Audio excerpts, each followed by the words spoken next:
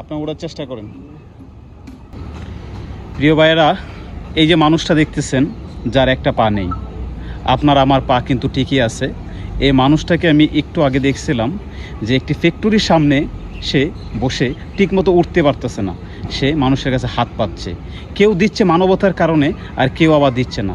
এই মানুষটা দেখতেছেন তার একটি পা নেই। প্রবাসী ভাইয়েরা, তার একটা সন্তানও ছিল, আজকে তার বাবাকে দেখতে পারে না। প্রবাস জীবনে আজকে যখন টাকা হয়েছে তখন বাবাকে ভুলে যায়, এটাই কিন্তু স্বাভাবিক। এই মানুষটা একটা পা নেই, দেখেন। আচ্ছা, আপনার পাটা কিভাবে নাই হয়েছে?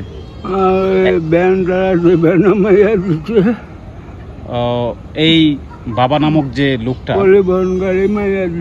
ওনাকে একটা ভ্যান চালাইতো। এই ভ্যান তারপর চালানোর পরে একটি ট্রাক এসে তার এই পাটাকে চিরতরে শেষ করে দিয়েছে। আমার প্রবাসী ভাইয়েরা, আপনাদেরকে বলি, যারা আমার ভিডিওগুলো দেখেন, সবাইকে অবশ্যই রিকোয়েস্ট করব, আপনারা অবশ্যই এই প্রবাসী যে সন্তান যা এখনও দেখে না, তাকে এখনও খোঁজখবর নেয় না, আর সে রাস্তায় রাস্তায় ভিক্ষা করতেছে, তাকে দেখার পরে আমি ভিডিওটা বানাতে বাধ্য হলাম। আপনাদের যদি মায়া লাগে, আপনাদের যদি বাবা থাকে, আর যাদের না থাকে, তারা ভিডিওটা অবশ্যই যা পারেন তাই দেবেন। আমি স্ক্রিনে নাম্বার দিয়ে রাখেছি, অবশ্যই বিকাশ, রকেট, অবশ্যই ডাচ বাংলা অ্যাকাউন্টে দেবেন।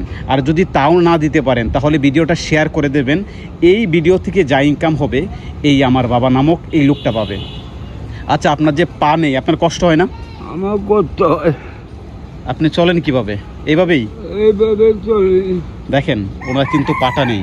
আমি আপনাদেরকে রিকোয়েস্ট করব, যারা প্রবাসী ভাইরা আছেন, অবশ্যই যে যাই পারেন, অবশ্যই মানবতার কাজে এই মানুষটাকে যেন একটা ব্যবস্থা করে দিতে পারি। যেমন একটা ওনার যে চলার মতো একটা গাড়ি কেনা দেওয়ার সামর্থ্যটা যেন তাকে অবশ্যই দেবেন। আপনাদের কাছে রিকোয়েস্ট আমার, যারা আমার ভিডিওগুলো সবসময় দেখেন। আজকে কত টাকা পাইছেন দেখেন। আজকে ওইখানে বসার পরে এটা উল্টান তো দেখেন, মনে হয় 50 টাকা হবে না, 100 টাকার মতো হবে। এই টাকা পেয়েছেন এই লোকটা। নামাজ পড়েন তো। আপনাদেরকে অবশ্যই রিকোয়েস্ট করব যে আমরা কত টাকা কতবার দিয়ে দিই, কিন্তু আমরা আসল টাকা আমরা আসল জায়গায় দিই না। যে দান আপনার চিরদিন অবশ্যই মৃত্যু পর্যন্ত থাকবে। এই প্রবাসী ছেলের যে সন্তান তার বাবার খোঁজখবর নেয় না, আর সেই বাবা যদি রাস্তায় রাস্তায় হাত পাততে হয়, সে সন্তান আসলেই এরকম না থাকাই আসলে দরকার। তো আমি এই বাবার হয়ে অবশ্যই আপনাদের কাছে রিকোয়েস্ট করব যে আপনি অবশ্যই ভিডিওটা শেয়ারের মাধ্যমে এই ভিডিও থেকে যা ইনকাম হবে তাকে দেবো। আর আপনারা যারা ওনাকে দান করতে চান, তারা স্ক্রিনে নাম্বার আছে, অবশ্যই দিয়ে যাবেন, যাতে এই মানুষটাকে আমি একটি গাড়ি কিনে দিতে পারি, সে চলতে পারে। উনি কিন্তু বসলে প্রায় 1 ঘন্টা বা আধা ঘন্টা লেগেছে, আমি দেখেছি যে উনি উঠতে। উনি কিন্তু আরেকজনের মাধ্যমে আমি দেখেছি, উনি ওই দেখেন ফ্যাক্টরির সামনে উনি হাত পাততেছে মানুষের কাছে। আচ্ছা, আপনাকে যদি একটা গাড়ি কিনে দেওয়া হয়, তাহলে আপনি খুশি? হ্যাঁ।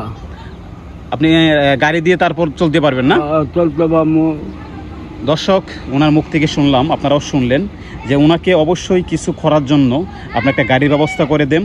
আর অবশ্যই ওনাকে যদি একটা ব্যবসা দিতে পারি, আমার প্রবাসী ভাইদেরকে বলছি, যারা আমাকে ভালোবাসেন, যারা আমার এই ভাইকে ভালোবাসেন, যে প্রবাসী সন্তান আজকে বাবার খোঁজ নিচ্ছে না, বাবার একটি পা নেই, আজকে তার দায়িত্ব সে নিয়ে নিছে। অবশ্যই রিকোয়েস্ট করব, ভিডিওটা পর্যাপ্ত পরিমাণ শেয়ার করে সবাইকে দেখার সুযোগ করবেন। একজন মানবতার কাজে অবশ্যই দেবেন। আচ্ছা, আপনি কি কান্না করতেছেন? আপনার কষ্ট অনেক, তাই না?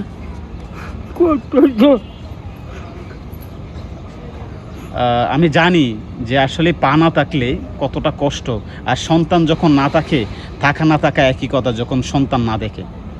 আচ্ছা, আপনার ইনশাল্লাহ আমার প্রবাসী ভাইরা যারা আছে, তারা অবশ্যই ভিডিওটা দেখছে, আপনাকে অবশ্যই সহায়তা করবে, আর আপনার একটা গাড়ির ব্যবস্থা হয়ে যাবে। কান্না করেন না, আমি অবশ্যই আপনাকে সে ব্যবস্থা করবো ইনশাল্লাহ। তো দেখেন, যে মানুষটা রাস্তায় রাস্তায় ঘুরে বেড়াই, মানুষের কাছে হাত পাতে। আপনাদের কাছে আমার রিকোয়েস্ট থাকবে,